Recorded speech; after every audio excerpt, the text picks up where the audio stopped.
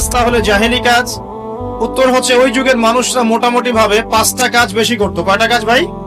5টা। একটু মনে রাখবেন, আমার সাথে একটু লাইভলি থাকেন। 1 নাম্বার, ওই যুগের মানুষরা শিরক করত। তাদের জীবনের প্রতিটা ক্ষেত্রেই তারা শিরকের পাপে নিমজ্জিত ছিল। 1 নাম্বার, তারা স্ট্যাচু ওয়ার্শিপ করত, মৃত মানুষের পূজা করত, তারা মাধ্যম পূজা করত, তারা কেউ কেউ নাস্তিকতায় বিশ্বাসী ছিল, কেউ বা আল্লাহ পাকের বিধান মানত না কিন্তু আল্লাহকে বিশ্বাস ঠিকই করত। শিরকের পাপ ছিল তাদের কমন পাপ, তারা প্রকৃতি পূজাও করেছে। দ্বিতীয় পাপটা ছিল সুদ।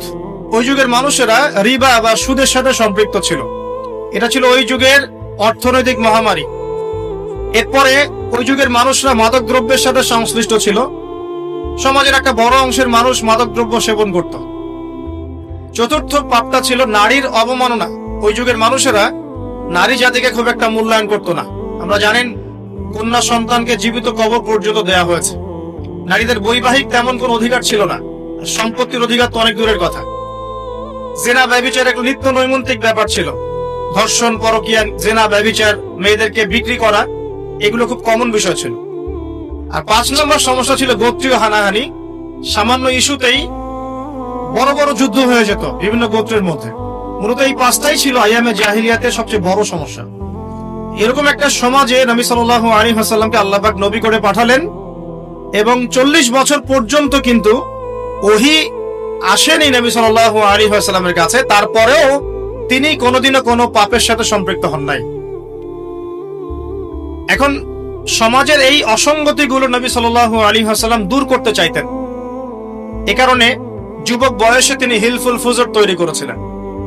কিন্তু হিলফুল ফুজর সমাজের পুরো পাপের যে শেকড়, এটাকে উপড়ে ফেলতে সক্ষম হয়নি।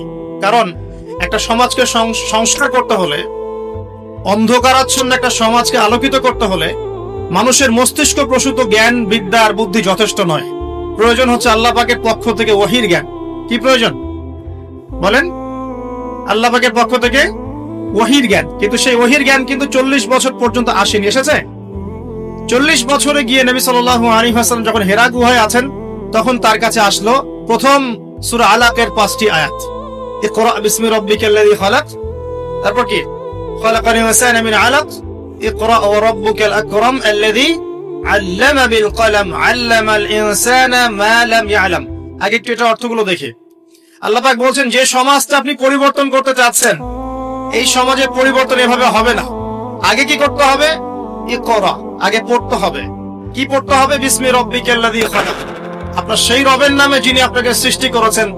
যে জ্ঞান আপনাকে আল্লাহ পর্যন্ত পৌঁছে দিবে, সেই জ্ঞান চর্চা আপনাকে করতে হবে। এটা 1 নাম্বার।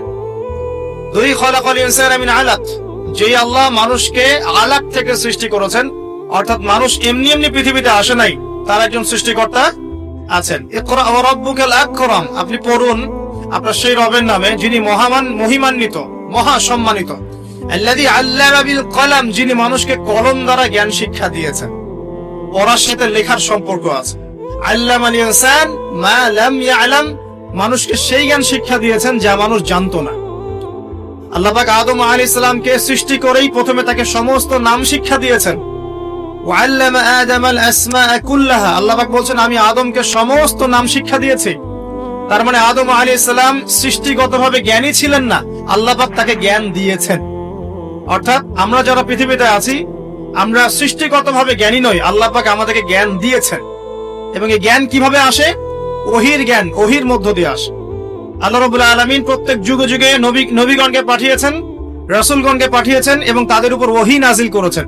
সেই জ্ঞানটা ছড়িয়ে পড়েছে আদম সন্তানদের মধ্য থেকে, এবং সেই জ্ঞানের চর্চায় আমরা এখন সমাজ সংস্কারের প্রয়াস পাই, আলহামদুলিল্লাহ। প্রিয় ভাইয়েরা, নবী সাল্লাল্লাহু আলাইহি ওয়াসাল্লামের উপর এই যে প্রথম কোরআন নাজিলটা শুরু হলো, এটা ছিল রমাদান মাসে এবং লাইলাতুল কদরে। এরপরে বিভিন্ন সময়ে প্রায় 23 বছর ধরে বিভিন্ন ঘটনার পরিপ্রেক্ষিতে এক এক সময় এক একটা বিধান এবং আয়াত নাজিল হয়েছে। এভাবে 23 বছর পর যখন এই কোরআন এবং তার ব্যাখ্যা হাদিসকে কেন্দ্র করে নবী সাল্লাল্লাহু আলাইহি ওয়াসাল্লাম সমাজ সংস্কার করা শুরু করলেন, 23 বছর পর আমরা দেখলাম যে মক্কার মধ্যে কোনো প্রকার শিরকের বালাই নাই, আলহামদুলিল্লাহ। আমরা দেখলাম যে মক্কায় কোনো সুদ বা রিবা বলতে কিছু নাই।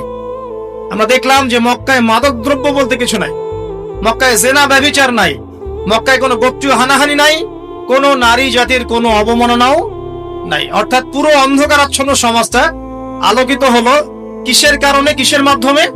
আল্লাহ পাকের ওহীর মাধ্যমে। সেই ওহীটা কি? যেটা আমার হাতে দেখছেন, আল কোরআনুল কারীম। আল্লাহ পাকের ওহীটা কি?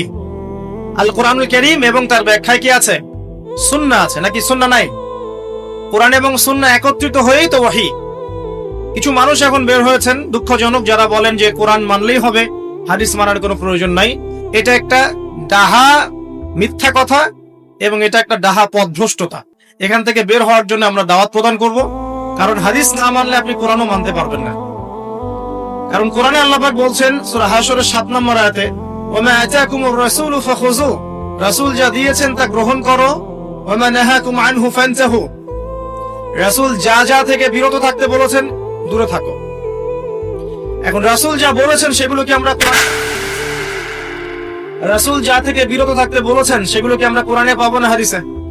তাহলে কোরআনের এই আয়াতকে মানতে হলে আমাকে হাদিস মানতেই হচ্ছে। যদি আমি হাদিস না মানি তাহলে কোরআনের এই আয়াতের উপরে আমল হচ্ছে না। অতএব আপনি কোরআন অস্বীকারী কাফের হয়ে যাবেন, নাউযুবিল্লাহ। আল্লাহ পাক হেফাজত করুন, আমিন। বলতে যাচ্ছিলাম, মাত্র 23 বছরে নবী সাল্লাল্লাহু আলাইহি ওয়াসাল্লাম পুরো আরবের পরিবেশ পরিবর্তন করে দিয়েছিলেন কোরআন এবং সুন্নাহকে হাতে নিয়ে। এখন আল্লাহ পাক এই 23 বছরে প্রথম 13 বছর নবীজিকে রেখেছেন মক্কায়, আর বাকি 10 বছর রেখেছেন মদিনায়। আর মক্কায় যে সূরাগুলো নাজিল হচ্ছিল এগুলোর মধ্যে পরকালের কনসেপ্ট বেশি ছিল। আল্লাহর তাওহীদ, পরকাল, মৃত্যু, হাসর, জান্নাত, জাহান্নাম, মিজান, পুলসিরাত, মানুষের দৃষ্টিভঙ্গি আগে পরিবর্তন করা হচ্ছিল যে এই দুনিয়ার জীবনটা সাময়িক এবং এটা চিরস্থায়ী নয়, আমাদেরকে ফিরে যেতে হবে আল্লাহর কাছে। এই দুনিয়ার জীবনটা হচ্ছে একটা কর্মক্ষেত্র মাত্র, ফলাফলের জায়গা এটা নয়। এই কনসেপ্টটা পরিষ্কার করার জন্য আল্লাহ রাব্বুল আলামিন মাক্কি জীবনে কিন্তু খুব বেশি এই সুদের বিধান, জিহাদের বিধান, হ্যাঁ অন্যান্য যে বিধানগুলো আছে, পর্দার বিধান, এগুলো কিন্তু খুব একটা মক্কায় নাজিল হয়নি, মদিনায় গিয়ে নাজিল হয়েছে। আমার কথা কি বুঝতে পারছেন? আগে মানুষের আকীদাটাকে, মানুষের দর্শনটাকে চেঞ্জ করা হয়েছে। বস্তুবাদী দর্শন থেকে আগে পরকালমুখী দর্শনে মানুষকে নিয়ে আসা হয়েছে, আল্লাহর কাছে আত্মসমর্পণের দর্শনে আনা হয়েছে। এরপর আল্লাহ পাক একটা একটা করে বিধান দিয়েছেন, মানুষ অবনত চিত্তে আত্মসমর্পণ করেছে। অতএব দাওয়াতি কাজ করতে গেলে আগে এইভাবেই কাজ করা উচিত। আগে মানুষকে আল্লাহর দিকে নিয়ে আসতে হবে, তাওহীদের দিকে নিয়ে আসতে হবে, লা ইলাহা ইল্লাল্লাহের দিকে নিয়ে আসতে হবে, মুহাম্মদুর রাসূলুল্লাহর দিকে নিয়ে আসতে হবে। তারপরে আস্তে আস্তে দেখবেন ইনশাআল্লাহ সেই মানুষ নামাজ, রোজা, হজ, যাকাত, পর্দা সবই করবে ইনশাআল্লাহ। করবে না? আল্লাহ পাক এইভাবেই দাওয়াতটা দিতে বলেছেন নবী সাল্লাল্লাহু আলাইহি ওয়াসাল্লাম। এর পরিপ্রেক্ষিতে এক পর্যায়ে সূরা ওয়াকিয়া নাজিল হয়। যে কোনো মাক্কি সূরা আপনি দেখবেন সেখানে হিস্ট্রি পাবেন, পূর্ববর্তী নবীদের ঘটনা পাবেন, আগেকার আম্বিয়া কেরামের ঘটনা পাবেন, জান্নাতের বর্ণনা পাবেন, জাহান্নামের আযাবের বর্ণনা পাবেন, মৃত্যু, পরকাল, মিজান, পুলসিরাত, এগুলোর কথা পাবেন মাক্কি সূরাগুলোর মধ্যে। সূরা ওয়াকিয়ার মধ্যে আল্লাহ পাক এটাই বলেছেন। আমি শেষ থেকে করছি এই কারণে, আল্লাহ পাক বলছেন বিসমিল্লাহির রহমানির রহিম, ফালা উকসিমু বিমাওয়াকি'ন নুজুম। খেয়াল করুন আয়াতটি। আল্লাহ পাক বলছেন আমি কসম করছি, আল্লাহ পাক বলছেন আমি কসম করছি নক্ষত্রগুলোর অবস্থান স্থলের। একটু কথাগুলো খুবই উঁচু মানের, উঁচু বালাঘাতের, একটু মনোযোগ দিতে হবে। আল্লাহ পাক বলছেন যে আমি কসম করছি নক্ষত্রগুলোর অবস্থান স্থলের। এটা একটা বিশাল কসম। ইন্নাহু লাকাসামুল লাউ তা'লামুনা আযীম। আর আমি এখন যে কসমটা করলাম এই কসমটা একটা বিশাল বিষয়ের কসম, কিন্তু তোমরা এটা বুঝতে পারছো না। কিভাবে বিশাল বিষয় আগে এটা বোঝেন। নক্ষত্রের অবস্থানগুলো এত সূক্ষ্ম, যদি কখনো আপনি আকাশের তারা দেখে থাকেন এবং অ্যাস্ট্রোনমি সম্পর্কে আপনার কোনো সামান্য ধারণাও থেকে থাকে, আপনি বুঝতে পারবেন যে এই মহাবিশ্বে আমাদের আকাশে যে তারাগুলো দেখা যায় এই তারাগুলোর অবস্থান খুবই সূক্ষ্ম। এক একটার থেকে এক একটা ডিস্টেন্স যদি 1 ইঞ্চিও কম বেশি হয়ে যায় এই অভিকর্ষ বল, মহাকর্ষ বলটা কলাপস করবে। এত সূক্ষ্ম। আমরা এখন বলি না যে বিগ ব্যাং থেকে মহাবিশ্ব সৃষ্টি হয়েছে, কেউ সৃষ্টি করে নাই, নাউযুবিল্লাহ। অথচ এই মহাবিশ্বের প্রতিটা গ্রহ, নক্ষত্র, গ্যালাক্সি, সৌরজগৎ, চন্দ্র, সূর্য, পৃথিবী, এগুলো এত সূক্ষ্ম গাণিতিক ব্যাখ্যায় আছে, এত সূক্ষ্ম গাণিতিক সূত্র মেনে চলে, যার একটু ডানে বামে গেলেই মহাবিশ্ব কলাপস করে যাবে। শুধু যদি সূর্যটাকে 1 হাত এগিয়ে দেওয়া হয় তাহলে এই পৃথিবীর অর্ধেকের বেশি জায়গা মরুভূমি হয়ে যাবে। আর যদি সূর্যটাকে 1 হাত পিছিয়ে দেওয়া হয় তাহলে এই পৃথিবীর একটা বড় অংশ বরফের চাদরে ঢেকে যাবে। শুধু যদি চাঁদকে একটু এগিয়ে দেওয়া হয়, পৃথিবীর একটা বড় অংশ সমুদ্রের পানিতে ভেসে যাবে। আর চাঁদকে যদি একটু পিছিয়ে দেওয়া হয়, ভাটা পড়ে যাবে, সাগরের স্রোত পাবেন না আপনি। কথাগুলো বুঝতে হলে আপনাকে অ্যাস্ট্রোনমি জানতে হবে, কিছুটা হলো আপনাকে এগুলো পড়াশোনা করতে হবে। আল্লাহ পাক বলছেন, তারাগুলোর অবস্থানের কসম করছি আমি আল্লাহ। আর তোমরা যদি জানতে যে কসমটা কত বিশাল, অর্থাৎ এটা একটা বিশাল মানের কসম, তারাগুলোর অবস্থানের কসম। এখানে কোরআনের আয়াতকে তারার সাথে তুলনা কেন করা হচ্ছে, একটা বিষয় আছে। আপনি যদি তারাগুলোর অবস্থান স্থল মেলাতে পারেন, আপনি পথ খুঁজে পাবেন। মনে করেন পৃথিবীতে কোনো ঘড়ি নাই, সব শেষ, আপনি সমুদ্রে চলাফেরা করছেন, কোন দিক পূর্ব, কোন দিক পশ্চিম, কোনটা উত্তর, কোনটা দক্ষিণ, আপনি বুঝতে পারবেন অনলি তারা দেখে, আর কোনো সুযোগ নাই।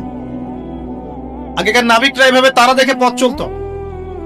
একটু রিল্যাক্সে যদি রাতের বেলা তারা দেখতে পারেন, আপনি দেখবেন আপনি খালি চোখেই বুঝতে পারবেন তারাগুলোর মধ্যে একটা গাণিতিক সূত্র আছে। যদি আপনি জ্যামিতি বুঝে থাকেন, এক একটা থেকে একটা ডিস্টেন্স, তার থেকে আরেকটা ডিস্টেন্স দেখবেন সমান।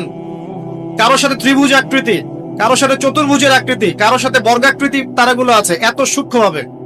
আল্লাহ পাক এগুলো এমনি এমনি সৃষ্টি করেন নাই। আল্লাহ পাক বলেছেন এই তারাগুলো হিফজন, মানে এগুলো শয়তানকে প্রতিহত করে দেয়। শয়তান যদি উপরে উঠে খবর নেয়ার জন্য আল্লাহ পাক এরকম উল্কাপিণ্ড নিক্ষেপ করেন তাদের পিছনে। আল্লাহ পাক বলছেন তারাগুলো অবস্থান স্থিতি তোমাদেরকে পথ দেখাবে, ঠিক যেমন কোরআনের আয়াতগুলো তোমাদেরকে পথ দেখায়। এখানে একটা বিষয় বোঝার চেষ্টা করুন। আপনি যদি তারাগুলোর অবস্থান মেলাতে পারেন, তাহলে যেমন আপনি পথ খুঁজে পাবেন, ঠিক তেমনি আপনি যদি কোরআনের এক আয়াতকে আর এক আয়াতের সাথে মেলাতে পারেন, তাহলে হেদায়েত খুঁজে পাবেন। আমি কি বোঝাতে পারছি? এক তারা আরেক তারার অবস্থান মিলিয়ে যদি আপনি পথ খুঁজতে পারেন, ঠিক একইভাবে কোরআনের একটা আয়াতকে আরেকটা আয়াতের সাথে মেলালে আপনি একটা হেদায়েতের পথ খুঁজে পাবেন। এই কারণে তারাগুলোর সাথে কোরআনের আয়াতকে তুলনা করা হচ্ছে। আল্লাহ পাক বলছেন এই বিশাল কসম করে আমি বলছি কি। আচ্ছা, একটা কথা, আল্লাহ পাক কেন কসম করেন? আল্লাহ রাব্বুল আলামিন সবসময় এমন কিছুরই কসম করেন যেটা খুব বেশি ইম্পর্টেন্ট। আল্লাহ পাক অহেতুক কোনো কিছুর কসম করেন না।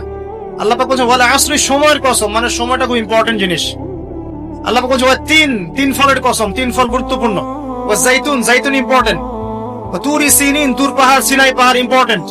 ওয়া দুহা, অপরাহ্নের শপথ। ওয়া লাইল, রাতের শপথ। ঠিক আছে? আল্লাহ পাক কোন কোন ক্ষেত্রে ফালা ওয়া রাব্বুক, তোমার রবের কসম, এটাও বলেছেন, নিজের কসম নিজে করেছেন। তো আল্লাহ পাক নিঃসন্দেহে সেই বিষয়ের কসম করেন যেটা আমাদের কাছে অনেক বেশি ইম্পর্টেন্ট। এখানে আল্লাহ পাক বলছেন আমি আকাশের তারার অবস্থান স্থলের কসম করছি। কসম করে বলছি, বিশাল বিষয়ের কসম করে আল্লাহ পাক একটা বড় কথাই বলতে চাবেন। একটা বড় বিষয়ে এর কসম করে নিশ্চয় একটা বড় কথা আসবে, এটা স্বাভাবিক, তাই না? আমরা যখন বলি আল্লাহর কসম করে বলছি এটা, আল্লাহর কসম করে বলছি ওইটা, তাহলে আল্লাহর কসম করলে আপনাকে তো একটা বড় কথাই বলতে হবে নাকি? সামান্য একটা বিষয় তো আপনি আল্লাহর কসম করবেন না, করবেন? একটা বিষয় মনে রাখবেন, মান হালাফা বিগাইরি ইসমিল্লাহি ফাকাদ কাফার, কেউ যদি আল্লাহ রাব্বুল আলামিন ছাড়া অন্য গায়রুল্লাহর নামে কসম করে সে ব্যক্তি কুফরি করলো। কেউ যদি আল্লাহ ছাড়া অন্য কারো নামে কসম করে সে ব্যক্তি কুফরি করলো। যদি জীবনে কসম করতেই হয় আল্লাহ পাকের নামে করবেন। আর যদি আল্লাহর নামে কসম করেন তাহলে সত্য কথা বলতে হবে। আর আল্লাহর নামে কসম করে যদি আপনি মিথ্যা কথা বলেন তাহলে কাফারা দেওয়া লাগবে। ঠিক আছে? আল্লাহ পাক এখানে বড় কসম করে বলছেন যে ইন্নাহু লাকুরআনুন কারীম, নিঃসন্দেহে এই যে কোরআন এটা মহিমান্বিত। ফি কিতাবিম মাকনুন, এটা ওই যে সুরক্ষিত একটা কিতাব, সেখানে লিখিত আছে। কোন কিতাব এটা? লাওহে মাহফুজ। নাম শুনেছেন কি? আল কোরআন লাওহে মাহফুজে, সেখান থেকে প্রথম আসমানে এসেছে লাইলাতুল কদরে, একবারে নাজিল করা হয়েছে। এই প্রথম আসমান থেকে দীর্ঘ 23 বছর বিভিন্ন ঘটনা এবং কালের প্রেক্ষিতে কোরআনের বিভিন্ন অংশ নাজিল হয়েছে। প্রথম নাজিল হয়েছে লাওহে মাহফুজ থেকে প্রথম আসমানে, তারপর সেখান থেকে বিভিন্ন ঘটনার প্রেক্ষিতে নবী সাল্লাল্লাহু আলাইহি ওয়াসাল্লামের কাছে। আল্লাহ পাক সেটাই বলছেন এই কোরআন হচ্ছে মাকনুন, আর লা ইয়ামাসসুহু ইল্লাল মুতাহহারুন, এই কোরআন পবিত্র ব্যক্তি ছাড়া বা সত্তা ছাড়া কেউ স্পর্শ করতে পারে না। কারণ কাফেররা বলতো নাউজুবিল্লাহ, যে মুহাম্মদ সাল্লাল্লাহু আলাইহি ওয়াসাল্লামের কাছে যা নাজিল হচ্ছে শয়তান নাকি তার উপর ওহী করছে। নাউজুবিল্লাহ। আমার কথা কি বুঝতে পারছেন? আল্লাহ পাক এখানে যুক্তি খণ্ডন করছেন, জি না, শয়তানের পক্ষ থেকে এটা আসে নাই, বরং শয়তান অপবিত্র সত্তা পবিত্র কালাম স্পর্শ করতে পারে না। এখান থেকে একটা মাসআলাও আসবে, যখন আপনি কোরআন স্পর্শ করবেন তখন অবশ্যই ওযু করে নেবেন। অনেকে এটা নিয়ে ইখতিলাফ করেন, ওযু না থাকলেও ধরা যায় বা ছোট নাপাকির ক্ষেত্রে ধরা যায়, বড় নাপাকিতে ধরা যায় না। ওই ইখতিলাফে আমি যাচ্ছি না। ব্যক্তিগতভাবে যা আমল করার চেষ্টা করি, আমার কাছে যেটা বেশি অথেন্টিক মনে হয় সেটা আমি আপনাকে বলছি। ওযু ছাড়া কোরআন স্পর্শ করবেন না। কোরআন তেলাওয়াত করতে হলে, স্টাডি করতে হলে অবশ্যই ওযু করে নিয়ে বসবেন ইনশাআল্লাহ। আল্লাহ পাক বলছেন লা ইয়ামাসসুহু ইল্লাল মুতাহহারুন, পবিত্র সত্তা ছাড়া কোরআন কেউ স্পর্শ করে না। এটা কি? তানজিলুম মির রাব্বিল আলামিন, আল কোরআন তোমার রব মানে মহাবিশ্বের প্রতিপালক আল্লাহর পক্ষ থেকে নাজিল হয়েছে। কোরআন কারো মন গড়া কথা নয়, কোন অলিক গল্প বা উপন্যাস নয়। কোরআনুল কারীম কোন জিন শয়তানের পক্ষ থেকে আসে নাই, বা এটা কোনো নিজের হাতে রচিত কোনো কিতাব নয়। আগেকার তাওরাত, জাবুর, ইনজিল থেকে কপি করা হয়নি, বরং কোরআন রব্বুল আলামিনের পক্ষ থেকে কি হয়েছে? নাজিল হয়েছে। আল্লাহ পাক বলেন আফা বিহাদাল হাদিসি আনতুম মুদহিনুন, তোমরা কি এই যে হাদিস, কোরআনকে এখানে হাদিস বলা হচ্ছে, হাদিস মানে কিন্তু বাণী, কোরআনকে বলা হচ্ছে এই বাণী বা এই হাদিসকে কি তোমরা এড়িয়ে যাচ্ছ? আল্লাহ পাক বলেন ওয়া তাজআলুনা রিজকাকুম আন্নাকুম তুকাযযিবুন, এই কথাটা ভালো করে শুনেন। আল্লাহ পাক বলেন কোরআনকে অস্বীকার করাই কি তোমরা তোমাদের রিজিক বানিয়ে নিয়েছো? আজকের বিশ্বে যত মানুষ রিজিক পাচ্ছে বেশিরভাগ কোরআন অস্বীকার করে রিজিক পাচ্ছে। বুঝতে পারছেন না মনে হয়? কোরআন এবং তার সাথে বিরোধিতা করে মানুষ রিজিক কামাই করছে না? মানুষ সুদের মধ্যে দিয়ে রিজিক পাচ্ছে, কোরআনকে পাশ কাটিয়ে যাচ্ছে। মানুষ ঘুষের মধ্যে রিজিক নিচ্ছে, কোরআন পাশ কাটিয়ে যাচ্ছে। মানুষ দুর্নীতি করে রিজিক নিচ্ছে, কোরআন পাশ কাটিয়ে যাচ্ছে। কোন কোন ক্ষেত্রে ইসলামের বিরোধিতা করাটাকেই রিজিক বানিয়ে নিয়েছে মানুষ। নাই কত মানুষ বই লিখছে ইসলামের বিরুদ্ধে, টকশো করছে ইসলামের বিরুদ্ধে, বক্তব্য দিচ্ছে ইসলামের বিরুদ্ধে, সংগঠন চালাচ্ছে ইসলামের বিরুদ্ধে। মানে আল্লাহ পাক বলছেন তোমরা কি কোরআনের বিরোধিতা করাটাকেই রিজিক বানিয়েছো? কত চমৎকার কথা, তাই না? বাস্তবে তাই হচ্ছে না? বাস্তবে এটাই হচ্ছে। খুব কম সংখ্যক মানুষ বাদ দিয়ে বেশিরভাগ মানুষ আল্লাহর বিরোধিতা করেই রিজিক অর্জন করার চেষ্টা করছে। আল্লাহ পাক আমাদেরকে বোঝার তৌফিক দান করুন, আমিন। আল্লাহ পাক বলেন ফালাউলা ইযা বালাগাতিল হুলকুম, কতদিন করবে এভাবে, কতদিন চলবে এভাবে? ফালাউলা ইযা বালাগাতিল হুলকুম, ওই কথা স্মরণ করো যখন তোমাদের প্রাণ জানটা চলে আসবে হুলকুমে। হুলকুম কোনটা? যেখান থেকে আপনি হা, আইন এগুলো উচ্চারণ করেন, তাই না? নাকি উস্তাদরা আছেন না এখানে? এটা হুলকুম। বাই দ্য ওয়ে, এখন অবশ্য একটা যুগ চলছে, এখন শায়েখ হতে কোরআন তেলাওয়াত করা শেখা লাগে না আর কি। এমনি মানুষ শায়েখ হয়ে যেতে পারে, এটা আলাদা বিষয়। তবে কোরআন বিশুদ্ধ করে তেলাওয়াত করা শিখতে হবে না? হুলকুম থেকে যে অক্ষরগুলো আসে আমরা তো জানি। আল্লাহ পাক বলছেন তোমাদের প্রাণ যখন হুলকুমে চলে আসবে সেই সময় তোমরা বুঝতে পারবে। কি বুঝবে? ওয়া আনতুম হিনা ইযিন তানজুরুন, তোমরা তখন ফেলফেল করে তাকিয়ে থাকবে। তাকিয়ে থাকে না মানুষ? কেউ যখন মারা যাচ্ছে আপনার সামনে, কারো কিছু করার আছে? আশপাশের মানুষ ফেলফেল করে তাকিয়ে থাকে না? কিচ্ছু করার নাই।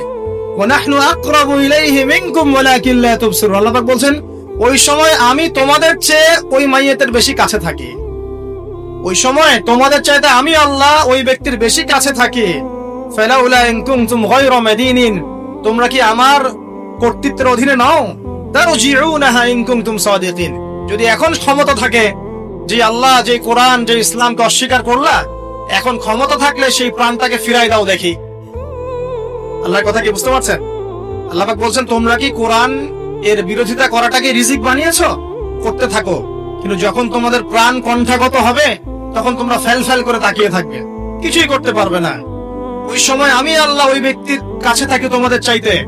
আর তোমরা যদি আমার কর্তৃত্বের বাইরেই থাকো তাহলে ওর জানটাকে ফিরাই নিয়ে আসো দেখি। কথাগুলো কি বুঝতে পারছেন? আমি আসলে কোরআন অনুবাদ করতেও পারছি না এবং ব্যাখ্যাও করতে পারছি না, আমার অপারগতা। আমি এখন এই বয়সে এসে ফিল করি যে আমি আসলে ইসলামের মনে হয় 5 থেকে 10% জ্ঞান অর্জন করতে পারি না। আমার কাছে এটাই ফিল হয়। আমি যত বেশি জ্ঞান অর্জনের সাগরে ডুব দিয়েছি বা দিচ্ছি, আমার কাছে এটাই মনে হচ্ছে যে আমি এখন পর্যন্ত 10% জ্ঞান অর্জন করতে পারি নাই, এখনো ডুবি দিতে পারি নাই। মণিমুক্ত আহরণ করে কিভাবে আপনাদের সামনে উপস্থাপন করবো এটা আমার জানা নাই। তবে আমি আমার জায়গাটাকে চেষ্টা করছি। আর কোরআন এত উচ্চ মানের একটা কিতাব যেটার ব্যাখ্যা করার আমাদের পক্ষে আসলে পসিবল না। কোরআন ব্যাখ্যা করা বা এর আয়াতের যে মর্ম সেটা আপনাকে বুঝিয়ে দেয়া আসলে আমার পক্ষে পসিবল না। আমি মনে করি না এটা কারো পক্ষেই পসিবল। আমি মনে করি না এটা কারো পক্ষেই পসিবল। কোরআনের এক্সাক্ট মিনিংটা, এক্সাক্ট বালাগাত এবং বুঝটাকে আপনার কলিজায় ঢুকাই দিবে, এটা আমার মনে হয় না কারো পক্ষে পসিবল। একজন ব্যক্তি তার পক্ষে সম্ভব ছিল, তিনি ছিলেন আমাদের প্রিয় নবী মুহাম্মদ রাসূলুল্লাহ সাল্লাল্লাহু আলাইহি ওয়াসাল্লাম এবং তার সাহাবায়ে কেরাম রাদিয়াল্লাহু আনহুম যা শিখেছেন, যদি তাদেরকেও পেতাম তাহলেও হয়তো কিছু আমরা অ্যাচিভ করতে পারতাম, বা তারপরের জেনারেশনকে যদি পেতাম তাও কিছু অ্যাচিভ করতে পারতাম। এখন 1400 বছর পরে এসে এই কিতাব নিয়ে আমরা স্টাডি করছি, আর আমরা যারা এখন বেঁচে আছি আমাদের মধ্যে কি সেই নূর আর মারিফত আছে যা নবী এবং সাহাবীদের যুগে ছিল? তাহলে কিভাবে আমি আপনাকে কোরআনের পুরো অথেন্টিসিটি এবং এই ইন্টারপ্রিটেশন আপনাকে বোঝাবো কিভাবে? আসলে আমার পক্ষে সম্ভব না, চেষ্টা করছি, শুধু অনুবাদ করে শোনাতে পারছি, আমি ব্যাখ্যা আপনার সামনে করতে পারছি না। আল্লাহ পাক মাফ করুন। আল্লাহ পাক শেষে গিয়ে বলছেন যে কোরআন বিরোধিতা করাটাকেই কি তোমরা রিজিক বানিয়ে নিয়েছো? জেনে রেখো, যদি কোরআনের বিরোধিতা করতে থাকো, একদিন তোমাদের মৃত্যু আসবেই। যেদিন আসবে সেদিন কণ্ঠ নালীর কাছে চলে আসবে তোমাদের প্রাণ। ওই দিন আশপাশে বহু মানুষ থাকলেও কেউ তোমাদের কোনো উপকার করতে পারবে না, সবাই ফ্যাল করে তাকিয়ে থাকবে। তোমার নিয়ন্ত্রণ আমার হাতে থাকবে, এবং যদি ক্ষমতা থাকে আর তোমরা যদি আমার কর্তৃত্বের বাইরেই থেকে থাকো, তাহলে ওই আত্মাটাকে ফেরত দিয়ে দেখিও সেদিন, যদি তোমাদের ক্ষমতা থাকে। আমরা কি পারবো? অতএব আমাদের উচিত হবে কি? আল কোরআনের সামনে কি করা? আত্মসমর্পণ করা, নত হওয়া। এখন নত হওয়া মানে কি সেটা আমি 6টা সেন্টেন্সে বলছি আপনাকে। আল কোরআনের সামনে আত্মসমর্পণ করা বা নত হওয়ার মানেটা কি, এটা আমি আপনাকে 6টা সেন্টেন্সে ব্যাখ্যা করছি। 1 নাম্বার, আমরা যারা বেঁচে আছি উম্মতে মুহাম্মাদি, আমাদের প্রত্যেকের উচিত হবে আল কোরআন আগে বিশুদ্ধ করে তেলাওয়াত করতে শেখা। এটা আমাদের প্রথম কাজ। শিখবো ইনশাআল্লাহ। আল্লাহ পাক তৌফিক ইনায়াত করুন। এটা হচ্ছে ইসলামের পড়াশোনার একদম বেসিক প্রাইমারি স্টেজ। কোরআন তেলাওয়াত করা শেখাটা হচ্ছে দ্বীনের পড়াশোনার একদম বেসিক স্টেজ। এরপরে আসে কোরআনের অনুবাদ শেখার ব্যাপার, কোরআনের আরবি ব্যাকরণ শেখার ব্যাপার, নাহু সরফ শেখার ব্যাপার, বালাগাত শিখতে হয়, তারপরে হাদিস আছে, তারপরে আপনার যে আকীদা আছে, ফিকহের বইগুলো আছে, উসুলের বইগুলো আছে, তারপরে আস্তে আস্তে বড় বড় কিতাবগুলো আপনাকে পড়তে হয়। তো এই যে সিলেবাসটা আপনার সামনে আছে, এই সিলেবাসটা কভার করার প্রথম স্টেজটা কি? আগে আপনাকে আল কোরআন বিশুদ্ধ করে তেলাওয়াত শিখতে হবে। নবী সাল্লাল্লাহু আলাইহি ওয়াসাল্লাম বলেছেন, খায়রুকুম মান তাআল্লামা আল কোরআন ওয়া আল্লামা। তোমাদের মধ্যে সেই ব্যক্তি শ্রেষ্ঠ, উত্তম, যে ব্যক্তি নিজে আল কোরআন শেখে অন্যকে শেখায়। নবী সাল্লাল্লাহু আলাইহি ওয়াসাল্লাম একটা হাদিসে বলেছেন, আল্লাযী ইয়াকরাউল কোরআন ওয়া হুয়া মাহিরুন বিহ। যে ব্যক্তি কোরআন তেলাওয়াত করে এবং তার উপর দক্ষ হয়, মাহির হয়, মা'আস সাফরাতিল কিরামিন বারারা, সে ব্যক্তি পরকালে সম্মানিত ফেরেশতাদের সাথে হাসর করবে ইনশাআল্লাহ।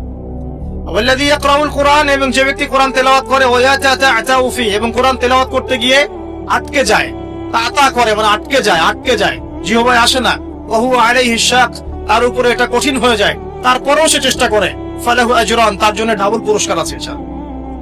নবী সাল্লাল্লাহু আলাইহি ওয়াসাল্লাম বলেন, মান ক্বারা হারফাম মিন কিতাবিল্লাহি ফালাহু হাসানা। কেউ যদি কোরআনের একটা হরফও তেলাওয়াত করে তার জন্য হাসানা বা নেকি থাকবে। আল হাসানাতু কাআশরি আমসালিহা, আর একটা হাসানা 10 দিয়ে গুণ করা হবে, মানে একটা হরফ তেলাওয়াত করে 10 নেকি পাবেন ইনশাআল্লাহ। লা আকুলু আলিফ লাম মিম হারফুন। নবীজি বলছেন, আমি বলছি না যে আলিফ লাম মিম তিনটা মিলে একটা হরফ।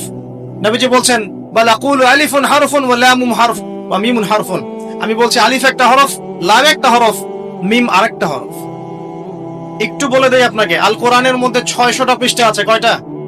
600 পৃষ্ঠাকে 30 পারায় ভাগ করা হয়েছে, মানে প্রত্যেক 20 পৃষ্ঠায় একটা করে পারা শেষ হবে। প্রত্যেক 20 পৃষ্ঠায় একটা পারা শেষ হবে। কোরআনের একটা পৃষ্ঠা খুলে দেখবেন যে এখানে মোটামুটি ভাবে 15টা লাইন থাকবে। প্রত্যেকটা লাইনে গড়ে এভারেজ 9টা থেকে 10টা করে শব্দ থাকে। এই হিসেবে কোরআনের একটা পৃষ্ঠার মধ্যে আপনি 135 থেকে 140টা শব্দ পাবেন। এখন এটাকে 600 দিয়ে গুণ করলে আপনি দেখবেন এখানে 77,800টার মতো শব্দ আছে। প্রায় অ্যাপ্রক্সিমেটলি নিয়ার অ্যাবাউট 78,000 ওয়ার্ডস এই কোরআনের মধ্যে আছে। আর মজার বিষয় হচ্ছে এই 78,000 শব্দগুলো সবগুলোই কিন্তু নতুন নতুন শব্দ নয়, বরং এই শব্দগুলো বের হয়েছে মাত্র 4 থেকে 4,500 শব্দ থেকে। মানে 4 থেকে 4,500 শব্দ, এর অর্থ, এর গ্রামার যদি বুঝতে পারেন, ইনশাআল্লাহ আপনি 100% কোরআন বুঝতে পারবেন। কোরআনকে আল্লাহ পাক বলেন, ওয়ালাকাদ ইয়াসসারনাল কুরআনা লিযিকরি ফাহাল মিন মুদ্দাকির। আমি আল কোরআনকে বোঝার জন্য সহজ করে দিয়েছি, কেউ কি আছো উপদেশ গ্রহণ করবে? আল্লাহ পাক একই সূরার মধ্যে 4 বার বলেছেন, সূরা কমার আয়াত নম্বর 17, 22, 32, 40। তো প্রথম কাজ প্রিয় ভাইরা, এখন যদি আপনি শব্দগুলোকে এখন অক্ষর দিয়ে গুণ করেন, ৭৮,০০০ শব্দকে যদি আপনি এখন অক্ষর দিয়ে গুণ করেন, দেখবেন এখানে প্রায় 5 থেকে 6 লক্ষ অক্ষর আছে। কতগুলো? কথা বলেন আমার সাথে। 5 থেকে 6 লক্ষ। এখন আপনাকে বললাম যে একটা হরফ তিলাওয়াত করলে 10টা কি হবে? তাহলে আপনি চিন্তা করেন যে 6 লক্ষ অক্ষর যদি তেলাওয়াত করেন, একবার খতম দিতে পারেন, তাহলে আপনার কতগুলো নেকি হতে পারে? চিন্তা করেছেন? অতএব আমাদের প্রথম দায়িত্ব হবে আল কোরআন কেন্দ্রিক। অবশ্যই সবাইকে বিশুদ্ধ করে কোরআন তেলাওয়াত করা শিখতে হবে। আমরা রাজি আছি ইনশাআল্লাহ? ইনশাআল্লাহ। এর পরের দায়িত্ব হচ্ছে কোরআনের কিছু অংশকে মুখস্থ করতে হবে। কিছু অংশ বলতে, যদি পারেন পুরো কোরআনই মুখস্থ করবেন, যদি না পারেন কমপক্ষে 10 পারা, 10 পারা না পারলে কমপক্ষে 1 পারা তো পারবেন। 1 পারাও যদি না পারেন, ইম্পর্টেন্ট সূরা এবং আয়াতগুলোকে কমপক্ষে হিফজ করার চেষ্টা করবেন।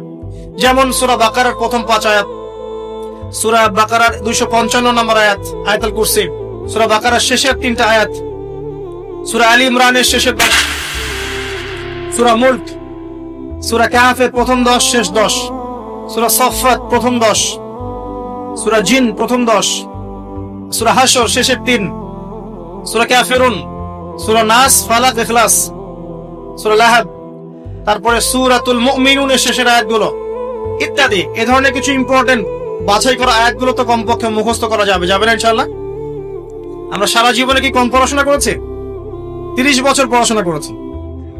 30 বছর পড়াশোনা করে যদি আমি 30টা আয়াত শিখতে না পারি, তাহলে নিঃসন্দেহে এই পড়াশোনার জীবনে আমি ব্যর্থ না সফল? 30 বছর পড়াশোনা করে যদি আমরা 30টা হাদিস না শিখি, তাহলে আমরা ব্যর্থই। আমাদেরকে ব্যর্থই বলতে হবে। আমরা যদি এতদিন পড়াশোনা করেও ইসলামের বেসিক বিষয়গুলো না শিখি, আমরা ব্যর্থ না? অবশ্যই ব্যর্থ। আল্লাহ পাক আমাদেরকে শেখার তৌফিক দান করে দেবেন। এরপরে সামনে যাই। হিফজ করলে কি হবে? যারা এরকম করে হিফজ করতে পারবে, আমল করতে পারবে, হাসরের মাঠে আল্লাহ রাব্বুল আলামিন ওই বান্দাদেরকে উদ্দেশ্য করে বলবেন, ইকরা ওয়ারতাক, তুমি পড়ো এবং উপরের দিকে উঠতে থাকো। রাত্তিল কামা কুনতা তুরাত্তিল ফিদ দুনিয়া, তুমি দুনিয়াতে যেমন করে তেলাওয়াত করতে, এখন সেভাবে তেলাওয়াত করতে থাকো। তোমার শেষ মঞ্জিল হবে সেখানে, যেখানে তুমি পড়া শেষ করবে। কোরআন তেলাওয়াত করতে করতে আপনি যেখানে থামবেন, জান্নাতের সেই স্তরে আপনাকে রাখা হবে ইনশাআল্লাহ।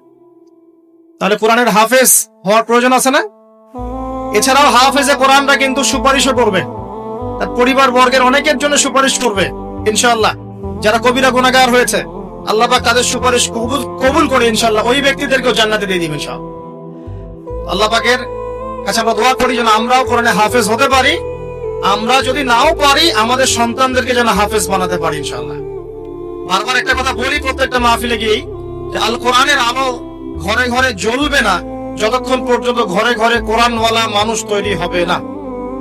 প্রত্যেকটা ঘরে আমাদের অন্তত একটা করে কোরআনওয়ালা মানুষ লাগবে, তো লাগবে না? একটা করে কোরআনওয়ালা মানুষ তো লাগবে কমসে কম। আল্লাহ পাক আমাদের সন্তানদেরকে কোরআনওয়ালা মানুষ হিসেবে মানুষ করার তৌফিক দান করুন। আমি বলছি না আপনারা ডক্টর ইঞ্জিনিয়ার হবেন না, জেনারেল পড়াশোনা ছেড়ে দিবেন, এগুলো বলছি না। এই পড়াশোনা ছেড়ে দিলে আপনি কোরআন সুন্নাহকে হাতে নিয়ে বিশ্বকে চ্যালেঞ্জ করতে পারবেন না। এই পড়াশোনা দরকার আছে, কিন্তু আপনার ভিত্তিটা হতে হবে কোরআন সুন্নাহ কেন্দ্রিক। পারা যাবে না ইনশাআল্লাহ? আল্লাহ তৌফিক দান করুন, আমিন। 3 নাম্বার হচ্ছে কোরআনের আদেশগুলো আমাদের মেনে চলার চেষ্টা করতে হবে। 4 নাম্বার কোরআনের যে নিষেধগুলো আছে এগুলো বর্জন করতে হবে। 5 নাম্বার কোরআনের দাওয়াত মানুষের কাছে পৌঁছাতে হবে। যতজন আপনার দাওয়াতে ভালো পথে ফিরে আসবে, সবার নেকি ইনশাআল্লাহ আপনি পাবেন ইনশাআল্লাহ। এবং 6 নাম্বার কোরআনের কিছু বিধান আছে, এগুলোকে পাশ কাটিয়ে যাওয়া যাবে না, এগুলোকে বাস্তবায়ন করার চেষ্টা করতে হবে। আল্লাহ পাক তৌফিক দান করুন। এই 6টা কাজ যখন একত্রিত হবে, তখন এই যে আল্লাহ পাক নাজিল করলেন কোরআন, বিশাল কসম করে নাজিল করেছে, এর হকটা আদায় হবে। এবং যেভাবে আইয়ামে জাহিলিয়াতের সেই যুগটা পরিবর্তন হয়েছিল, ইনশাআল্লাহ এই যুগের জাহিলিয়াতও পরিবর্তন হবে ইনশাআল্লাহ। আমি আইয়ামে জাহিলিয়াতের যে পাপগুলোর কথা বলেছিলাম, মনে আছে তো? সেগুলো এই যুগে নাই।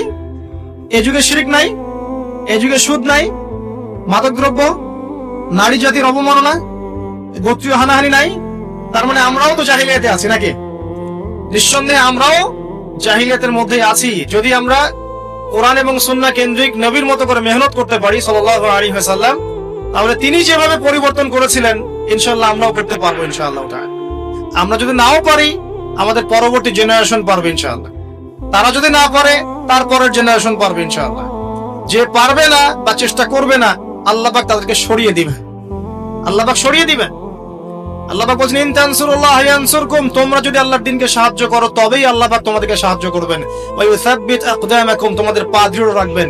ওয়া ইন তাতাওয়াল্লাউ, আর তোমরা যদি মুখ ফিরিয়ে নাও, ইয়াস্তাবদিল কওমান গায়রাকুম, আল্লাহ পাক তোমাদেরকে সরিয়ে দিয়ে নতুন কওমকে নিয়ে আসবেন।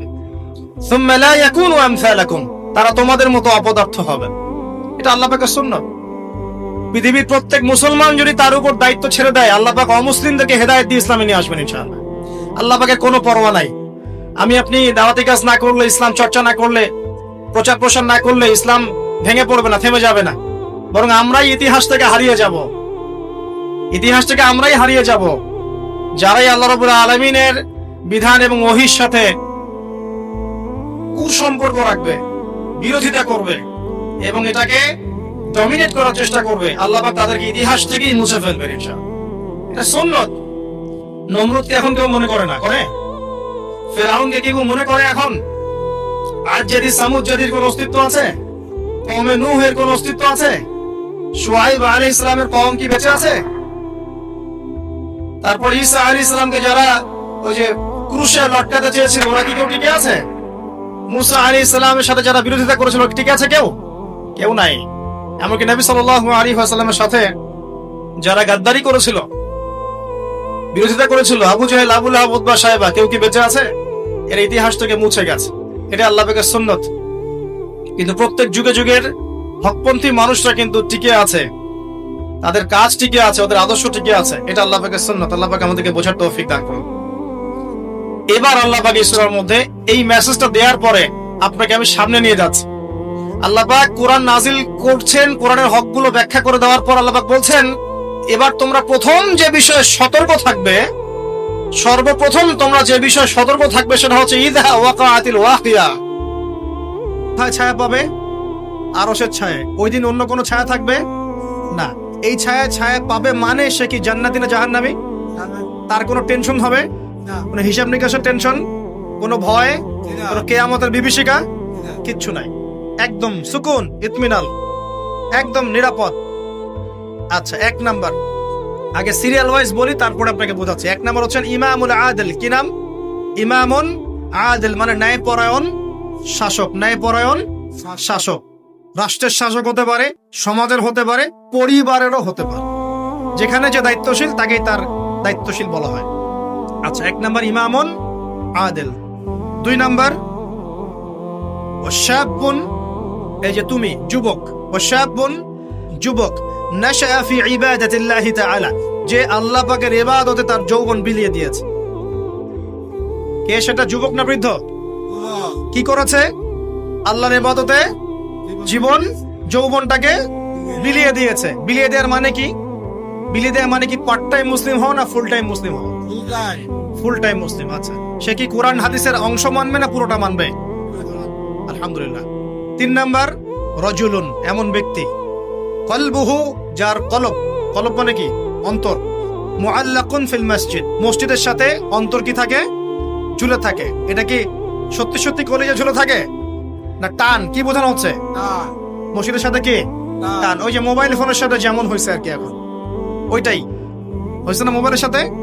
এখন রজুলুন কলবুহু মুআল্লাকুন বিল মোবাইল, এখন হয়েছে এরকম যে এমন ব্যক্তি যার অন্তর কি হয়? মোবাইলের সাথে ঝুলে থাকে, থাকে না?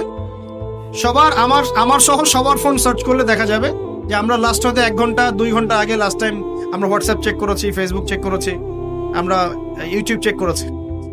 কিন্তু যদি আমল নামা দেখা হয়, দেখা যাবে লাস্ট 1 মাসেও কোরআন চেক করে নাই, লাস্ট 2 মাসেও হাদিসের একটা বই খুলে দেখে নাই। আল্লাহ পাক আমাদেরকে বোঝার তৌফিক দান করুন, এইরকম খারাপ বদঅভ্যাস থেকে বেরিয়ে আসার তৌফিক দান করুন। এখানে 3 নাম্বার, সেই ব্যক্তি যার কলব কোথায় ঝুলে থাকে? মসজিদে, মানে মসজিদের সাথে টান, জামাতে নামাজ পড়ার ব্যাপারে আগ্রহ থাকে।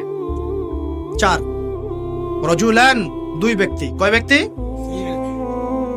রজুলানে তাহাব্বানি ফিল্লাহ ইজতামা আলাইহি ওয়া তাফাররাকা আলাইহি, 2 ব্যক্তি যারা আল্লাহর জন্য পরস্পরকে ভালোবাসে, একত্রিত হয় আল্লাহর জন্যই, বিচ্ছেদ হয় কার জন্য? আল্লাহর জন্য। আচ্ছা, বুঝাচ্ছে একটু পরে, সিরিয়ালটা বলে নেই। 5 নাম্বার কে? ওয়া রাজুলুন, আরেকজন ব্যক্তি, দাআতহু ইমরাআতান, যে ব্যক্তিকে কোনো মহিলা ডাকলো। এখানে ডাকলো মানে আসলে জেনার জন্য কি করলো, ডাকলো। দাআতহু ইমরাআতান যাত মানসাবিন ওয়া জামাল, যে মহিলার সৌন্দর্য আছে, খুবই সুন্দরী এবং উচ্চ বংশের কোনো মহিলা বা মেয়ে ডেকেছে জেনা করার জন্য একজন ব্যক্তিকে, আর সে বলছে ইন্নী আখাফুল্লাহ, আমি আল্লাহকে ভয় করি। এ কিন্তু যুবক হতে পারে, যুবকদেরকে এরকম বেশি প্রলোভিত করা হয়।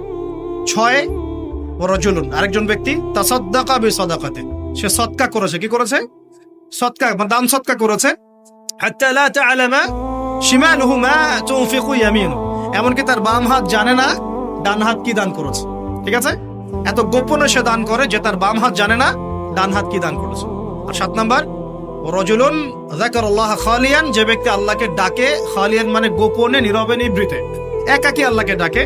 ফাদাত আইনাহু, তার চোখ দিয়ে টপ টপ করে পানি পড়তে থাকে। কয় শ্রেণী? 7 শ্রেণী। এবার বোঝেন, এটা বোঝার আগে একটু আকাশের দিকে তাকাবেন আজকে বাসায় গিয়ে, বা যেদিন আকাশে ভরপুর তারা উঠবে সেদিন দেখবেন। আকাশে তারা দেখেছেন কখনো? এখন তো সময় নাই, এগুলা মানুষ ব্যস্ত, আকাশে তারা দেখার সময় নেই। আল্লাহ পাক সূরা মুলক পড়তে বলেছেন রাত্রেবেলা, তাই না? সূরা মুলক পড়তে বলেছেন কখন? রাতের বেলা পড়লে কবরের আযাব থেকে বেঁচে থাকবে ইনশাআল্লাহ। আর ওই সূরাতেই দেখবেন প্রথম পৃষ্ঠাতেই আছে এই মহাকাশ তারকার কথা।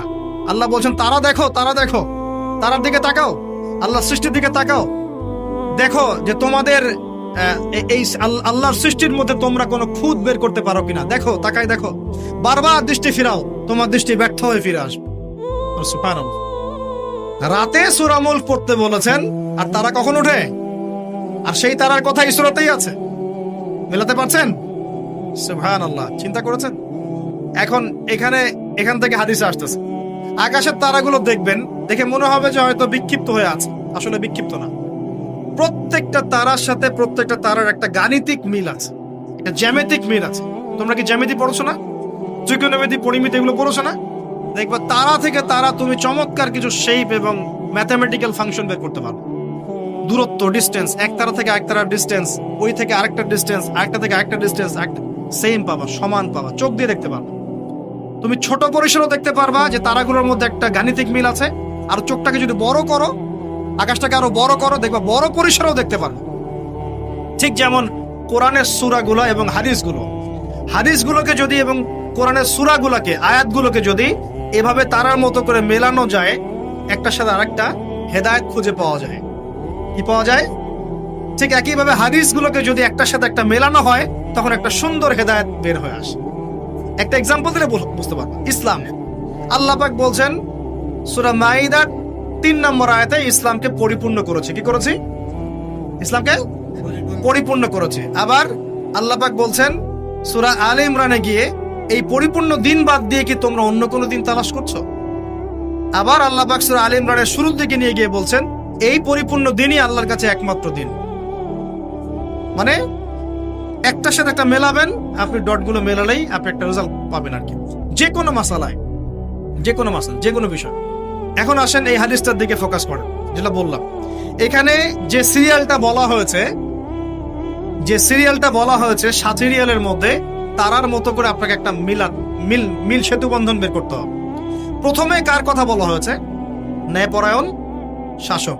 এই ন্যায়পরায়ণ শাসকটাকে আপনি প্রথমে না বুঝে পরে বোঝেন। 2 নম্বরে কার কথা বলা হয়েছে? সেই ব্যক্তি যে তার যৌবন আল্লাহর পথে দিয়েছে, এটাকে আপনি পরে বোঝেন। প্রথমে তুলে নিয়ে আসবেন 3 নম্বরটাকে। কয়টাকে? প্রথমে তুলে নিয়ে আসবেন কোন নম্বরটা? 3 নম্বর। প্রথমে হচ্ছে রাজুলুন কলবুহু মুআল্লাকুম বিল মসজিদ, এমন ব্যক্তি যার হৃদয়ে মসজিদের সাথে ঝুলন্ত থাকে। মানুষের নামাজ ফরজ হয় কত বছর বয়সে? 10 বছর। আচ্ছা, 7 বছর বয়সে তোমরা ছেলেদেরকে নামাজের প্রশিক্ষণ দাও, আর 10 বছর হয়ে গেলে নামাজ না পড়লে পিটাও। তাহলে 10 বছর থেকে নামাজ মোটামুটি ফরজ। ঠিক আছে, তাহলে মানুষ কি আগে শাসক হয় না আগে মুসল্লি হয়? আগে কি হয়? মানুষ আগে মুসল্লি হবে না আগে শাসক? আচ্ছা, তার মানে প্রথমে আমাদেরকে হেদায়েত দিতে হবে, আমাদের সবাইকে 5 ওয়াক্ত নামাজ আগে ঠিক করে পড়তে হবে। ঠিক আছে কথা? রাজুলুন, আমার আপনার অন্তর থাকবে মসজিদের সাথে ঝুলন্ত, মানে আপনি নামাজের ব্যাপারে খুব পাবন্ধ হবেন, ইবাদত গুলো আগে ঠিক করবেন, নামাজের পর আরো ইবাদত আছে না? জিকির, আজগার, তাসবিহ, তাহলিল, জ্ঞান অর্জন, হ্যাঁ, আপনার নফল নামাজ, সুন্নত, মুস্তাহাব, অনেক আমল আছে না? এই আমলগুলো হলো আগে। এরপর এই আমলগুলো করার সবচেয়ে সেরা সময় কোনটা? কিশোর বয়স, যৌবনকাল না বার্ধক্য? এই আমলগুলো করার সবচেয়ে উত্তম টাইম কোনটা? কখন সবচেয়ে বেশি শক্তি থাকে, সামর্থ্য থাকে, এনথুজিয়াজম থাকে? কখন, কোন সময়? এবার আপনি 2 নাম্বারটা নিবেন, ওই ব্যক্তি যে তার যৌবন আল্লাহর পথে বিলিয়ে দিয়েছে। বুঝতে পারছেন? এবার ধরতে পারছেন? এখন ইবাদত করার সবচেয়ে সেরা মৌসুম কোনটা? যৌবনকাল। এই যৌবনকালটাকে আল্লাহর পথে বিলিয়ে দেয়া মানে পুরো যৌবনকাল জুড়ে আপনাকে আল্লাহর জন্য ইবাদত গুলো করতে হবে। পারা যাবে ইনশাল্লাহ? এটা হলো আল্লাহর জন্য যৌবন উৎসর্গ করার ব্যাখ্যা। এবার আসেন, যৌবনকালের সবচেয়ে বড় ফেতনা কোনটা? চরিত্র ঠিক রাখা। কোনটা? কথা বুঝতে পারছেন না? এই তো সবাই যুবক, যৌবনকালে সবচেয়ে বেশি সমস্যা হয় কিসে? চোখে। কিসে? চোখে, লজ্জাস্থানে, চোখে, চরিত্রে। এটা স্বাভাবিক। আমরাও যুবক, যৌবনকালে সবচেয়ে বেশি প্রবলেম হয় কিসে? মেয়েদেরকে নিয়ে। চোখের সমস্যা, মনের সমস্যা, চরিত্র হেফাজতের সমস্যা। এই কারণে আপনি এখন এই 7টার মধ্যে এটাকে নেবেন। সেই ব্যক্তি আরশের ছায়া ছায়া পাবে যাকে কোনো মেয়ে ডেকেছে জেনার জন্য, সে বলেছে আমি আল্লাহকে কি করি? ভয় করি। তার মানে আগে ইবাদত ঠিক করবেন, তারপরে যৌবনকাল আল্লাহর পথে ইবাদত করে কাটাবেন। আর এই যৌবনে সবচেয়ে বেশি কেয়ারফুল থাকবেন চরিত্র হেফাজতের ব্যাপার। আরিস, বুঝতে পারছেন? আচ্ছা, এবার আসেন, এখন এই চরিত্র হেফাজত করার সবচেয়ে সেরা পদ্ধতি কি? বিবাহ শাদী না? চরিত্র হেফাজত করার সবচেয়ে সেরা পদ্ধতি কি? কারণ মানুষের যৌন চাহিদা আছে, ভালোবাসার প্রয়োজন আছে, আর স্ত্রীর দরকার আছে। মানুষের মধ্যে সবচেয়ে বেশি আকর্ষণ দেয়া হয়েছে কার প্রতি? নারীর প্রতি। অতএব একজন পুত পবিত্র নেককার মেয়ে আমি চাই, তাই কিনা? আমরা সবাই চাই। এখন এ কারণে এই হাদিসের মধ্যে এটা নিবেন, ওই 2জন মানুষ। কোন 2জন?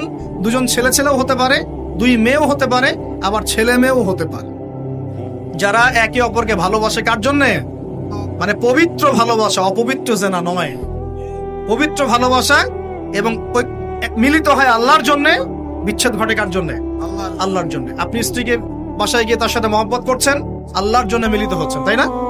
আবার যখন আপনি দিনের জন্য বা দিনের কোনো কাজে বা ভালো কোনো কাজে রিজিকের সন্ধানে বের হয়ে যাচ্ছেন, আল্লাহর জন্য ছেড়ে চলে আসছেন, তাই না?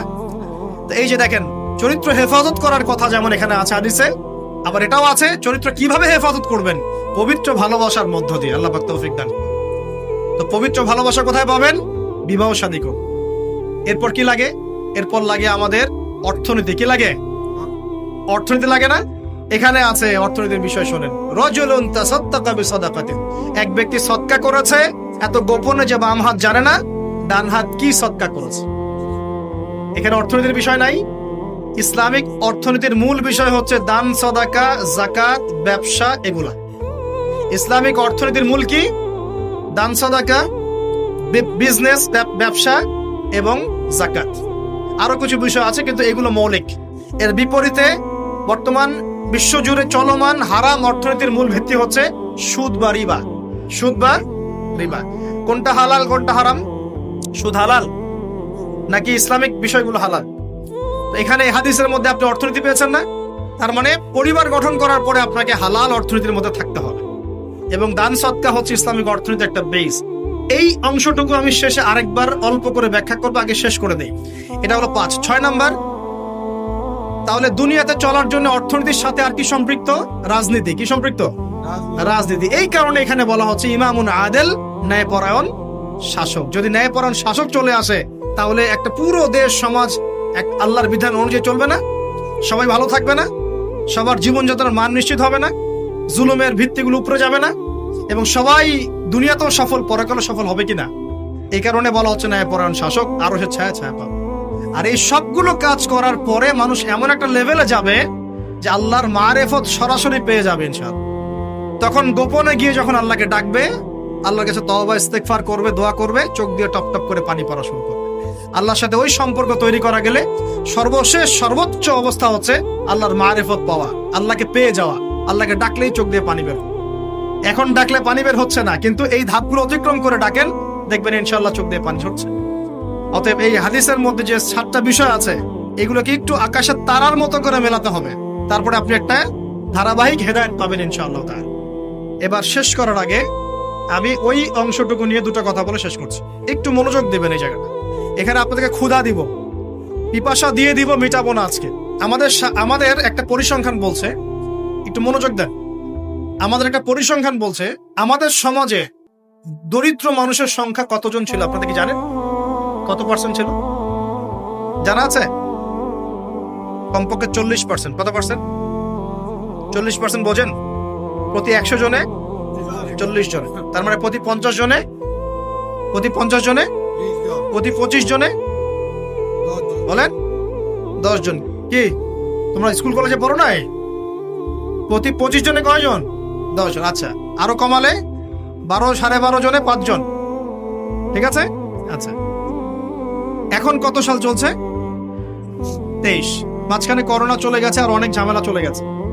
তারপরেও আলহামদুলিল্লাহ 2023 সালে আজকে রিপোর্ট দেখেছি যে দারিদ্র্যের হার হচ্ছে মোটামুটি ভাবে 20 to 21%, 20 থেকে 21%। তার মানে কমেছে না? আচ্ছা, অবস্থা তাহলে ভালো না খারাপ? আগের চেয়ে ভালো না খারাপ? আচ্ছা, ভালো। এখন 20% মানে কি?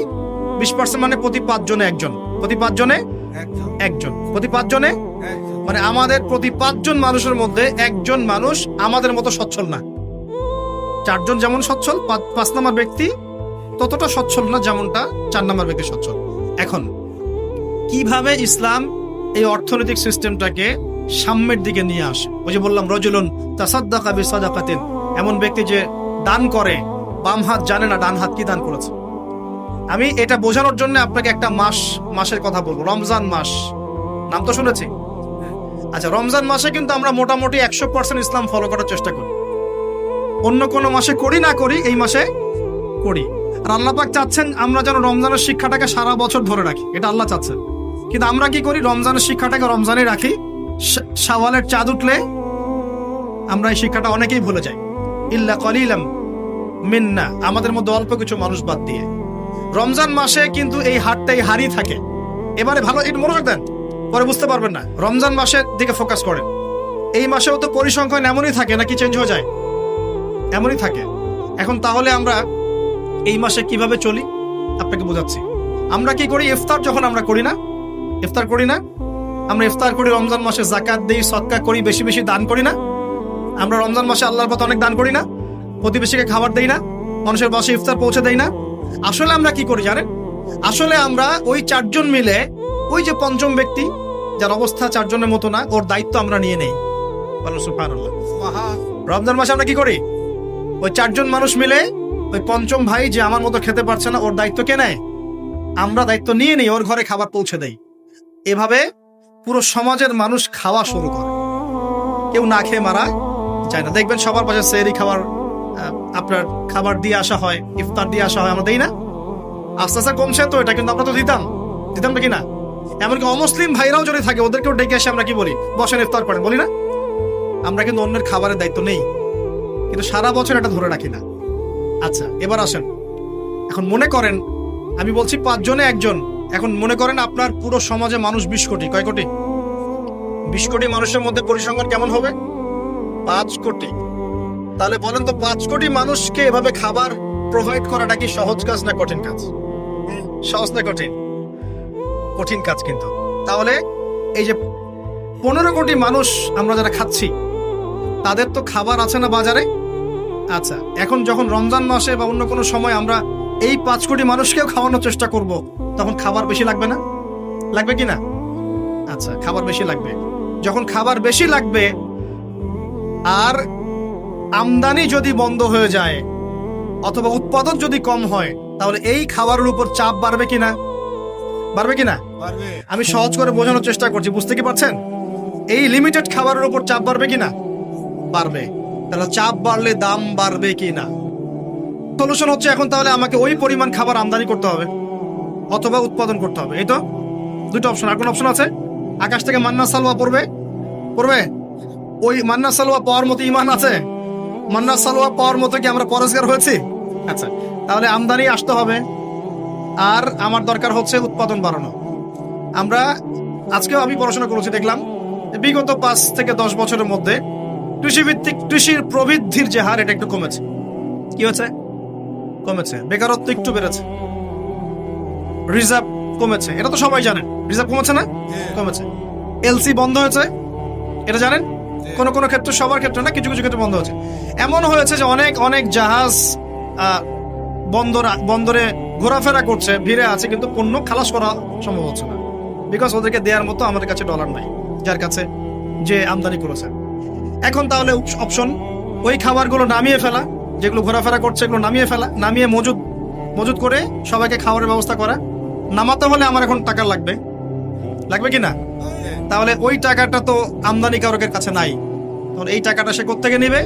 তখন পণ্যের দামটা সে বাড়িয়ে দিবে, আপনার পকেট থেকে টাকা নিয়ে সে ওটা শোধ করবে। তাহলে দাম বাড়বে কি না? বাড়বে। আরো আছে, যদি এখন আমি চিন্তা করি যে না, আমি বহির্বিশ্বের কাছে লোন নিব, বাইরের বিশ্বের কাছে বড় বড় যারা উন্নয়নশীল কান্ট্রি বা উন্নত, ওদের কাছ থেকে লোন টোন নিয়ে আমি এটা শোধ করবো, ওরা কি বিনা সুদে লোন দিবে? ওই সুদটার হার কেমন হবে? হয়তো 20%, 25%, 10%, 12% এমন তো হবে। তো 10% সুদ মানে হচ্ছে, মনে করেন $1 সমান সমান, এখন যদি কথার কথা বলছি, যদি $1 সমান সমান 100 টাকা হয়, তখন হবে 112 টাকা। তখন কি হবে? তার মানে আপনার 12% বেতন কমে যাবে। বুঝতে পারছেন না মনে হয়? যদি আপনার বেতন হয় 100 টাকা, তখন বেতন হয়ে যাবে 90 টাকা। বুঝতে পারছেন? আপনার এটা কমে আসবে। এটাকে বলে মুদ্রাস্ফীতি। ডলারের বিরুদ্ধে এগেনস্টে টাকার মান পড়ে যাওয়াটাকে কি বলে? মুদ্রাস্ফীতি। মানে আপনার টাকার মানটা কমে গেল, মানে আপনার শ্রমটা চলে গেল। 25,000 টাকা দিয়ে আপনি যা করতে পারছেন, এখন সেই টাকাটার মান 20,000 টাকা হয়ে গেলে আপনার শ্রমটা চলে গেল। এখন ওরা তো আর ফ্রি লোন ছাড়া তো ওরা আমাদেরকে সাপোর্টটা দিবে না। এখন লোন নিতে গেলে সমস্যা, এই লোনটাও তো শোধ করতে হবে। তাহলে সব দিক থেকেই সিচুয়েশনটা এমন হবে যে জীবনযাত্রার মান এবং নিত্য প্রয়োজনীয় দ্রব্যের মান বেড়ে যাওয়ার সম্ভাবনা আছে। এখন আমরা আমাদের মুসলিম ভাই যারা সামনে আসছে রমাদান মাসে, তাদের অর্থনৈতিক নিরাপত্তার বিষয়ে কি চিন্তা করবেন? কি করবেন? কি প্ল্যান আপ? কয়েকটা অপশন। এক নাম্বার, আমাদের অপচয় কমাতে হবে। কি কমাতে হবে? অপচয়। কোনো রকম অপচয় যাওয়া যাবে না, অপচয় কমাতে হবে। যদি আমার 5টা খেজুরে আমার সাহারি হয়ে যায়, আমার 10টা খেজুরের দরকার। ওই 5টা খেজুর আপনি প্রতিবেশীকে দিয়ে আসবেন। অপচয় কমাতে হবে, 1 নাম্বার। 2, যত হারাম রিজিকের সোর্স আছে, সব হারাম রিজিকের সোর্স বন্ধ করতে হবে, না হলে ব্যবসায়, চাকরিতে, রিজিকে আল্লাহর বরকত উঠে যাবে। ব্যবসায়, চাকরিতে, রিজিকে আল্লাহর বরকত উঠে গেলে এই রিজিক দিয়ে আপনি এই সমস্যা মোকাবেলা করতে পারবেন না। সমস্ত হারাম রিজিকের পথটা বন্ধ করতে আল্লাহর ওয়াস্তে অন্তত পক্ষে এই রমজানে হোক এই সুদ, ঘুষ, দুর্নীতি বা এইসব করাপশনটা বন্ধ করে দেন, আদারওয়াইজ সমস্যা। আর কি? আর হচ্ছে কৃষিভিত্তিক উৎপাদন বাড়ানোর চেষ্টা করতে হবে। কি করতে হবে? আর কি? আরেকটা হচ্ছে দান সদাকা, আমরা যারা করি না বা কম করি, তাদেরকে দান সদাকার হাত প্রশস্ত করতে হবে। আরেকটা সবচেয়ে বড় অস্ত্র, সেটা হলো যার যার জাকাত ফরজ হয়ে গেছে, অবশ্যই সঠিক খাতে জাকাত প্রদান করুন, অন্যথায় অর্থনীতি ঠিকঠাক টালমাটাল হয়ে যাবে। জাকাত প্রদান করুন। আর কি? আর হচ্ছে এটা বড়, এটা করার ক্ষমতা অবশ্য আমাদের নাই, যাদের ক্ষমতা তারা বুঝবেন। সেটা যত কালো টাকা আছে সব টাকাকে সাদা করতে হবে। যত কালো টাকা আছে আর যত টাকা বের হয়ে গেছে পাচার, সবগুলোকে ফেরত নিয়ে এসে ইকোনমির মধ্যে ঢুকিয়ে দিতে হবে, তাহলে ব্যালেন্স হবে ইনশাআল্লাহ। আর এই বাইরে যাওয়া টাকার পরিমাণ কিন্তু 2-4 টাকা নয়, এটা বিলিয়ন টাকা। বিলিয়ন কি বোঝেন? 100 কোটিতে 1 বিলিয়ন। বিলিয়ন টাকা, ডলার, সেগুলোকে যখন নিয়ে আসা হবে, যদি নিয়ে আসা পসিবল হয়, তাহলে সাস্টেইনেবল ইকোনমিক সিস্টেম দাঁড়াবে, তাছাড়া দাঁড়াবে না। আর এই অবস্থা 1 বছরে ঠিক হবে না, 2 বছরও ঠিক হবে না, 3 বছরও ঠিক হবে না। কিন্তু যদি এই ইসলামিক পদ্ধতিগুলো অ্যাপ্লাই করা যায়, ইনশাআল্লাহ একদিন না একদিন এই অবস্থা আমাদের সমাজ কাটিয়ে উঠবে ইনশাআল্লাহ। আমি একটা কান্ট্রির এক্সাম্পল দিয়ে শেষ করছি। আজকে থেকে 40 বছর আগে বর্তমান বিশ্বের অন্যতম সুপার পাওয়ার, তার নাম চায়না। কি নাম? চায়না। এই চায়নাতে দরিদ্র মানুষের সংখ্যা ছিল প্রতি 100 জনে 60 থেকে 65 জন। চিন্তা করতে পারেন? 60 থেকে 65% মানুষ, তারা 3 বেলা খাবার পেত না। এখন 40 বছর পর সেই চায়নাতে, আমি কিন্তু ওর রিপ্রেজেন্টেটিভ না, আমি তার ভালো অংশটুকু বলছি। আমি বলছি না ও সবকিছুই ভালো, সবকিছু ভালো না, আমি একটা পয়েন্ট বলছি। আর 40 বছর পরে ওর যে রাষ্ট্রীয় ব্যবস্থা বা যে ইকোনমিক সিস্টেম, এর আওতায় দারিদ্র সীমা নামতে নামতে নামতে নামতে এখন মনে হয় 2 থেকে 1% মানুষও ওদের দারিদ্র সীমার নিচে নাই। কোথায় 60% থেকে 8%? কিভাবে হয়েছে? ওরা সমস্ত জনগণের মধ্যে প্রায় 80 কোটি মানুষ, কত কোটি? 80 কোটি মানুষকে তারা প্রশিক্ষণ দিয়ে জনশক্তিতে রূপান্তর করেছে। কর্মক্ষেত্র বেড়েছে, কৃষিভিত্তিক অর্থনীতি বেড়েছে, ওদের পরিশ্রম বেড়েছে, প্রযুক্তিগত উন্নয়ন বেড়েছে। দুর্নীতির একদম নিচে নামিয়ে দিয়েছে। দুর্নীতি বলতে কিছু নাই, দুর্নীতির সাথে ওরা নাই। ওরা কি মুসলিম নাকি? তারপরেও নাই। দেশপ্রেম আছে ওদের মধ্যে, প্রচন্ড দেশপ্রেম আছে। সবাই অ্যাক্টিভ, পরিশ্রমী, ঠিক আছে? অপচয় করে না, বরং বিশ্বের বড় বড় বাজারগুলো ধরে ফেলেছে এবং এমন ডিপ্লোমেসি অ্যাপ্লাই করেছে সততার সাথে, আমানতদারিতার সাথে, যে 40 বছরের ব্যবধানে আজকে কোথায় আছে দেখতে পাচ্ছ। ওই যে ফোনটা ধরে আসো, ওটাও চায় না। তো মাথায় এই পার্টস গুলো সব চায় না, ক্যামেরা রেকর্ড সব চায়, কি নাই, সবকিছুই ওদের, সবকিছু। এবং বিশ্বের 3 নম্বর পরাশক্তি এখন চায় না। আমি বলছি না যে ওরা সবকিছু ওদের ভালো, এটা বলছি না, কিন্তু উইঘুরদের ব্যাপারে ওরা নির্যাতন করেছে, ওদের অনেক খারাপ কিছু থাকতে পারে। আমি শুধু ইকোনমিক সেকশনটার কথা বলি। আর আমরা দুর্নীতিতে কততম বললে রাগ করবেন নাকি? 1 নাম্বার নাই এখন, এক সময় ছিল 2005 সালের দিকে ছিল, এখন কত নাম্বার? 13 কি 12 নাম্বার। তাও তো কিছুটা উন্নয়ন হয়েছে আলহামদুলিল্লাহ। যদি আমাদের, আপনারা কি জানেন দুর্নীতি 1 নাম্বার দেশকে? দক্ষিণ সুদান। কোন দেশ ওটা? কি মুসলিম কান্ট্রি, নন মুসলিম কান্ট্রি? ওটাও মুসলিম কান্ট্রি। মুসলিমদের এই অবস্থা কেন? আর আপনি কি জানেন সবচেয়ে কম দুর্নীতিগ্রস্ত দেশ কোনটা? হ্যাঁ, রাইট। কে বলছে? Right, Denmark. কোন দেশ? ডেনমার্কের সাথে একটা দেশ আছে, তার নাম নিউজিল্যান্ড। নাম শুনেছেন? কয়েকদিন আগে ওদের প্রধানমন্ত্রী বলেছিল যে আমি রিজাইন দিলাম, আমি নাই। তো আমরা মুসলিমরা নৈতিকভাবে, আমানতের দিক থেকে, কর্মক্ষমতার দিক থেকে, ইমান, অন্যান্য দিক থেকে আমরা পিছিয়ে পড়ার কারণে আস্তে আস্তে আস্তে আস্তে বিগত 100 বছরে এই অবস্থা হয়েছে। এখন কি আমরা এই অবস্থায় চলতে থাকবো, নাকি আমরা আমাদের উন্নয়নের চিন্তা করব, চেষ্টা করব? প্রথম কাজ, 10টা কাজ বলে। প্রথম কাজ হচ্ছে পড়াশোনা। কি করা? পড়াশোনা। 2 নম্বর কাজ জ্ঞান অনুযায়ী আমল করা। সবচেয়ে বড় কথা আধ্যাত্মিকতা অর্জন করা, সৎ থাকা। কি থাকা? সৎ থাকা।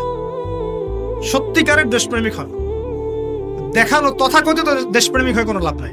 সত্যিকারের ভেতর থেকে দেশপ্রেমিক, মানুষকে নিয়ে ভাবেন, মানুষের উন্নয়নকে নিয়ে ভাবেন, মানুষের জীবনযাত্রার মান নিয়ে ভাবেন। নিজের আখের গোছানো নিয়ে এত ব্যস্ত হয়ে থাকা যাবে না।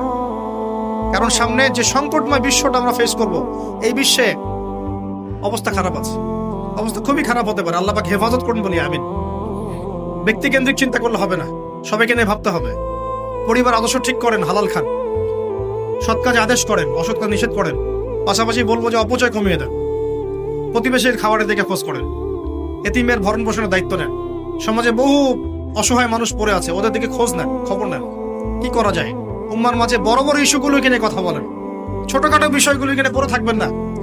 ছোটখাটো বিষয় নিয়ে পড়ে থাকবেন না। বিশ্ব অনেক দূর এগিয়ে গেছে। আমরা যদি এখন এখানে পিছিয়ে পড়ে থাকি, আমাদের ধ্বংস কেউ ঠেকাতে পারবে না, কেউ না।